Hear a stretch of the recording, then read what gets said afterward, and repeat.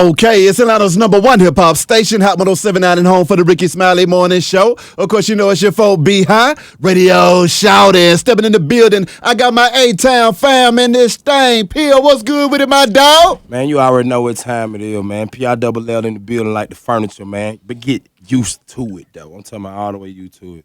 Ew! Now, Peel, you just laid a heavy joint on me, bro. Mm-hmm. That Revelations, talk to me about that banger right there. Revelations, man, it's produced by Buck Wild. I recorded it a minute ago, you know what I mean? I just been having it in the tuck. I had to piece it together. Yeah. If you don't know Buck Wild, you need to get familiar. He was a producer for Biggie, legendary. Ooh. Legendary from BK, you know what I mean? Got a Bob Marley sample on the hook. It almost singing like Bob on that thing, singing live. Correct. But it's all about, it entails the struggle and, my struggle, and I try to relate to the people or whatever. Mm-hmm. And I try to make sure that, I identify with everybody. Yeah. Because, everybody ain't got it like they say they got it. You feel me? And I don't want to be that same guy that just flashing money and jewelry and cars. Of course, I'm going to do that, too, though. You know what I mean? That's after the fact. I want to give you my story. Mm-hmm. You feel me? And this right here is basically my story and everything I've been going through. It's called Revelation, man. Check it out. Break down that story, though, Peel, for those that don't understand the struggle and, what it really takes to keep your head up during these trying times, man. Perseverance. You got to be thankful. You know what I mean? Yeah. You got to pray. You got to have faith. You got to make sure you're around those who, can push you upwards, even when you looking down, you know what I mean? And when you feel like you ain't got nobody, you know what I mean? And me basically label situations went around, I went through all type of stuff, from divorce, all type of stuff, here and there, house to house. Yeah. Just trying to get my life all the way back together, you know what I mean? And I just had to put it down. I had to, bear my heart on my sleeve. Exactly. Talk to me about experiencing them tremendous highs and tremendous lows back to back in this game. What were some of them highs for you first? Spit that to me. Some of the highs, signing my first deal. Yeah. You know Warner Brothers, shout out to Todd Moskowitz and Joey Manda for believing in me. Shout out to White Boy D, everybody that was a part of the team. Mm-hmm. Shout out my cousin Steve-O. Young Steve-O coming soon. You already know what time it is, man. Yes, sir. All my people that was around, Big Play Tay, you know what I mean? Tay. It was the highest point that you possibly can think of. Yeah. Sign a major label deal. It's a dream. You feel me? So when you get to that point, it's like all your prayers been answered. Come on. And so Freshman 10, the hottest cover ever. It's not debatable. Debate your barber. Call your auntie and see if she want to talk about it, but I don't. You feel me? Debate the candy lady. That's right. Freshman 10, double XL. Freshman 10 cover was the best cover. Let them know some of them folks that was on that cover with you at that time, though, man. Me, Wiz, Big Sean, Nipsey Hussle, Freddie Gibbs, J. Cole, Fashawn, Donis, OJ the Juice Man. I'm talking about deep. What was going through your mind at that time, though, Peel? Because, see, you came straight from the streets with it. Yeah. You see what I'm saying? And to experience that whole life-altering situation, what was going through your mind trying to, understand all that stuff? I really didn't think it was real. It was a dream come true. So, basically going from sleeping on the floor in the trap, you know what I mean, and at everybody else's crib and just nickel and diming on the street hand to hand into being on MTV and being at this cover shoot with everybody. And I was just performing at CMJ and, I was doing South by Southwest. Shout out to everybody who did their thing at South by Southwest. Yeah. And next thing you know, I got the cover. So in my mind, I'm just like, let me go look in the mirror and splash some water on my face. Cause there got to be a joke. Ashton Kutcher finna run out in a minute and be like, I'm like, am I on punked? You know what I'm saying? But it was a surreal experience. It was something that really got a hold to me, and I tried to put it in the back of my mind at the time because I didn't want to be completely satisfied with that. Yeah. So I was just thanking God. Exactly. And I was like, I'm just glad that I even got this opportunity to grace this cover with these other legendary people. That's right. And then to go on from there, from the shows that came in, the money that came in, it was amazing. So now, as a lyricist in the game, man, being out of the A and one of the, real trio lyricists coming out of the city, how was that for you, and how were people receiving you when you were coming with them bars? I mean, they were kind of skeptical at first to actually gravitate towards my movement, but more people are appreciative of lyrical MCs than you know. Exactly. And I wanted to give them something different. I've always been a student of the game, period, because I started out as a youngin', you know, and I've always been the one to want to like give some people some substance. Yeah. And I read a lot, you know what I mean, and I'm well educated as well, you know. So people were like, "Shout it, talking about something." Exactly. I can relate to that. That ain't the same thing, and I can get on any track. Because at the time, I was just jumping on any type of beats, up north, you know, just straight up South beats, West Coast beats, whatever the beats were, I made sure I demolished it because I wanted to give people lyrical content. I didn't want to just give you a singy-songy hook, which is cool, and I like singy-songy hooks. You feel me? My single right now, I'm singing on it. Yeah. You know what I mean? On Back Right. That's Make right. sure you check that out. But I want to be multifaceted because I like partying. You know, I want to go to the club, but I can't be living my life like it's a party or a club every day and try to pretend like everybody else can relate to turn it up nonstop.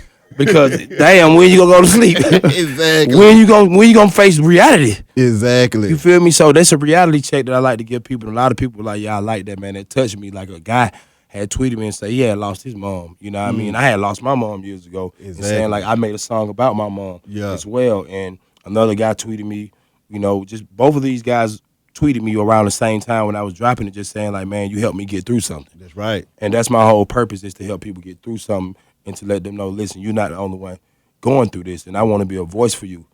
You know, I want to make sure that I can make sure that you're not the only one that's experiencing this pain. I just been, you know, given a gift from God to be able to convey the message. Exactly. You know? Now, I mean, what a lot of folks don't understand, Peel, is that we came into this game around the same time. And one of the things that I learned from you early on was that internet game, man. Internet game. Talk to me about that when you came in and you pimped that internet like none other, and you took it all the way up through there, though, man. All the way through there, man. Shoot. Easy money, man. Yeah. I'm talking about like I put two and two together. I'm talking about shit from MySpace. Yeah. I was thinking about that. I was like, man, you know what? I think this gonna be the new wave. I felt like the internet was gonna maybe make print publication obsolete at the time, and I felt didn't like even know that though back then. I knew that back then, and it was like, if I can just get people to gravitate towards my product, then I can take off with it because I have a wider reach with the internet. That's the World Wide Web. Yeah. So I seen the blogosphere starting to thicken and heighten, and I was like, I'm just gonna get me a cameraman. That's right. You know what I'm saying? And I'm just gonna make sure I flood these people with content. And blogs wasn't even getting paid then. It was just everybody trying to start a blog, and I seen that wave, and I was like, okay, well, really, we started that wave. Yeah. You know what I'm saying? Like, and so I was like, okay, like I said. What was that like for you when you realized that you was going national from your house, though? From my house. And it wasn't, you couldn't do that before then. You couldn't do that. You couldn't do that at all. I mean, shit, I was surprised. But I knew it. But you know how you know something, you put things in perspective, and you say, this is my plan. I hope it's going to work. Yeah. I never said, I hope it's going to work. I always said, this gonna work. Anybody tell you? Yeah. Sometimes I feel like I'm Mr. Know-It-All. Yeah. That's from what other people tell me, but I really do be knowing a lot of shit. Yeah. But stuff, excuse me. You know what I'm saying? With you. You know, and like I felt that was gonna be the new wave, and then with the advent of all these new social media sites, I was like, I'm about to get on all of these. Yeah. And I'm about to push my product. Yeah. And I'm about to put me some videos out, submit it to these blogs, and next thing you know, they was hitting me up, like you said, and I was doing it from the house. So it's like coming out the house and everybody know who I am. Yeah. And I'm like, I just got through eating a sandwich. And these folks tell me, can I get a picture with you? Yeah. You know what I'm saying? Like, it was crazy, man. Like I said, it's a surreal experience, man. I'm just appreciative of all the support, man. Shout out to everybody that's been supporting me from day one, you know. Now, talk to me about your time in the industry, though, Peel. If you could do it over, what things do you think you would have changed and switched up, man? I mean, a lot of things that I did, I enjoyed it. I don't really have no regrets, but there are a few things that I would have changed, like my involvement with certain people, you know, certain crowds that you get around, and I mean, you start to go in, Yeah. rockstar lifestyle, you know, and I always been a rock star anyway. Yeah. And I'm not trying to make it sound cool. Yeah. Because I went on tour with with Mark Ronson. You know what I'm saying? And it was at one point we was on the tour and people from My Chemical Romance, lead singer, I didn't even know who he was. I was parties on. Mark had to tell me. Yeah. And knew me. Yeah. You know what I'm saying? I'm on the Yeah. road with all these people. And I'm just like, man, I don't want this to ever stop. I don't want this feeling to ever stop. But one of the things that I think I could have did differently was make sure that I had a mobile studio. I recorded a lot of things everywhere I was. Yeah. And they always got me to a studio no matter where I was. Yeah. That mobile studio is a very important tool. Mm-hmm. So I feel like I should have had a mobile studio. So, because I always recorded, but one of the things I would have done is had a mobile studio. What were the things that you think went wrong for you in your career, though, Peel, where Mm-hmm. you were like, you know what, things is getting real around here, Mm-hmm. and you had to go ahead and spit that on them revelations and stuff like that? I mean, like you said, things was getting real, and my involvement with certain people again, and the relationship started to turn sour, and people started to view me differently, and I started to care too much about it. Ooh. And it affected me, and you know, I'm a human being. I have feelings, but you're not supposed to care. And a lot of people that's closest to you started to change, and people that don't know you started to change too, and they feel like, you know, you owe them something. Yeah. You feel me? And everybody goes through that at a point in time in their life, but you know, I've shoved out a lot of cash to a lot of people, and I ended up going down the drain. Yeah. And a lot of those people, you can't ask for nothing now. Yeah. You know what I mean? And like, so I just had to let it fly. I had to empty that clip and let them know what's going on. Like on Revelations, I broke it down Yeah. because it was hard and it hurt. What goes through your mind in those kind of spaces, though, Peel? Because, see, a lot of times folks look at it from the outside looking in, and all they see is the glitz and the glamour, and they don't understand how real this game can actually be. Like me, myself, that's why I just take it easy as hell, and I keep it real with those that keep it real with me. I can recall a Peel on MMG that had just finished killing that Cypher on BET and got a call from Beehive when he was first starting his little interviewing platform, and he said, hey, man, you know you from the same place. Come on down here and talk to me.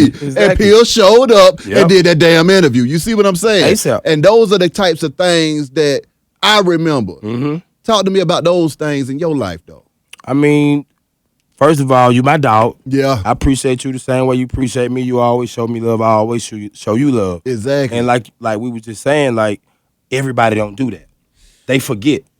A lot of people forget those times. They only remember the bad things. You know what I mean? Like, all the things that you've done for them, they forget it. You know what I'm saying? Like, they get amnesia. So it's just like, you know, I'm not really expecting anything. Like we just said, don't nobody owe nobody nothing. But at the same time, man, reciprocate that same type of energy with me that I did with you. You feel me? So, like, I'm at a loss for word a lot of times I don't even want to ask because a lot of people forget everything you did. Yeah. They'll whisper your accomplishment and scream your failures. Come on now. And they'll put you in a box to where you just left for dead. Yeah. Because you're not able to compensate them on all levels like you used to.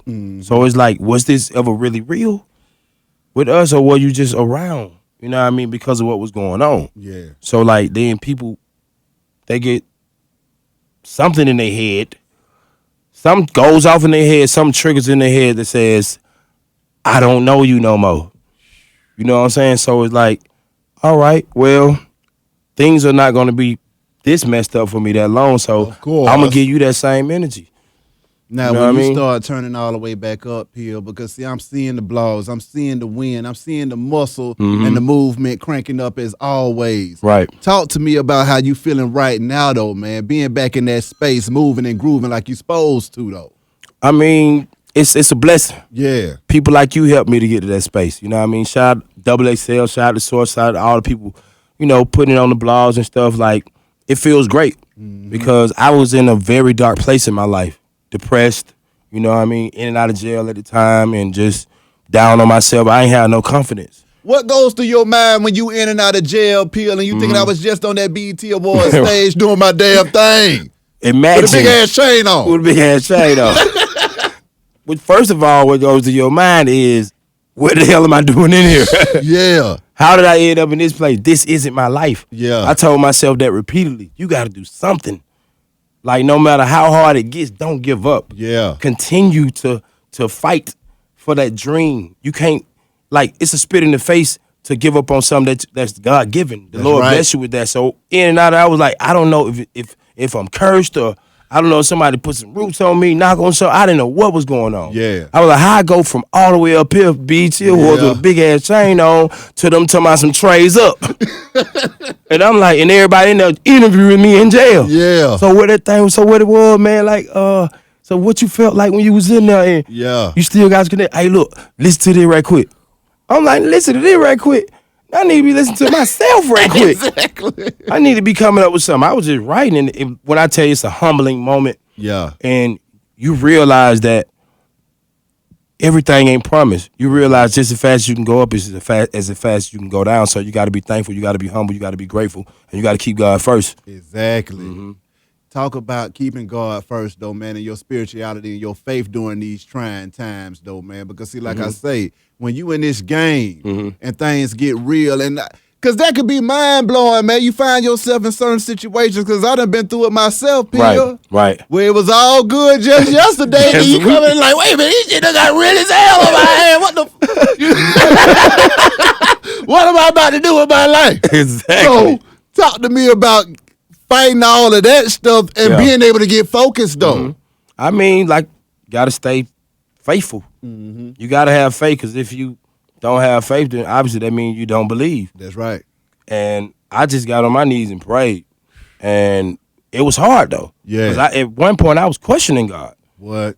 It got that bad for me. To where I was like, why me? Like, yeah. You know, and what did I do? Yeah. And I know for a fact that it's strengthening me, and I'm reading the scriptures, and I done went from the Bible to the Quran. I'm reading everything, trying to figure it out. Yeah. Trying to see how it relates to me, and a lot of that stuff related to me just showed me, you know, how the Lord, you know, give his toughest battles to his toughest soldiers. That's right. And how he could take everything away from you just to get certain people from around you, because they may be blocking your blessings. And so you can have these different type of energies that are around you, and you won't even know. That's the only thing that's clouding your judgment. That's the only thing that's in your way, and you're not able to see clearly then. So the Lord removes all of those things from you. That's right. In order for you to even go on a better path. Sometimes when he closes a door, he's closing that door for a reason, to open 10 more doors. You know what I mean? But you just got to believe. Church. Now, when are we going to get a full body workout of you, Pia? I say I'll be ready by the next month and a half. Okay. Yeah. Okay. I know y'all been waiting on me. I appreciate y'all being patient, but I've been going through hell and back. Like, I got a t-shirt. I done been through it, man. Like, and I just want to thank everybody for sticking with me. The ones that did. Exactly. It might not be as big excuse me. Yeah. It might not be as big of a crowd that I would like right now, but I'm pretty sure that I can make it a bigger crowd soon. Well, now, I mean, you got the gift of gab, and that's one thing that they can't take away, man. And when you get to kicking that flavor from a real place, yes, sir, the real recognize what's real, and they have to salute that each and every time. You understand that, boy? You better snow it. You understand that? So, I mean, lastly, anything else you want to get off your chest, and how can these folks contact you, man? I want to say RP to my mother, you know. Yes, sir. May she rest in peace. I want to shout out Stebo Musa. Stebo! Yo, Stebo, he coming soon, man. My boy, Lil Dion just came home, man. Shout out to him. Shout out to my boy Scat just came home, man. Yes, Scat, what up, though? You already know. Shout out to my brothers, my sister. You know what I mean? Pink City Entertainment on the rise. The Plague is coming soon. You better know that. And I also want y'all to focus on your dream and never give up. You can contact me at PIL4180. That's PILL4180 on Twitter, Facebook, and Instagram. Those are all my handles. And The Plague is coming soon. I'm just going to throw that out there. Revelations is the track. Check it out. Be High, the first one to get it. Yes, sir. So don't be flexing like y'all had it already. Come on now. Revelations produced by Buck Wild. Also, you know, you can go check out the other single back right too. But That's Revelations, right. Be High, the first one to come at me. I got him. Hot 1079. You already know what time it is, man. Holla at your boy PILL in the building, like the furniture. Ooh. My dog, appreciate you coming through this thing, man. You already know what time it is. Yeah. Be High Radio Shout It's Hot 1079, man. Let's get it.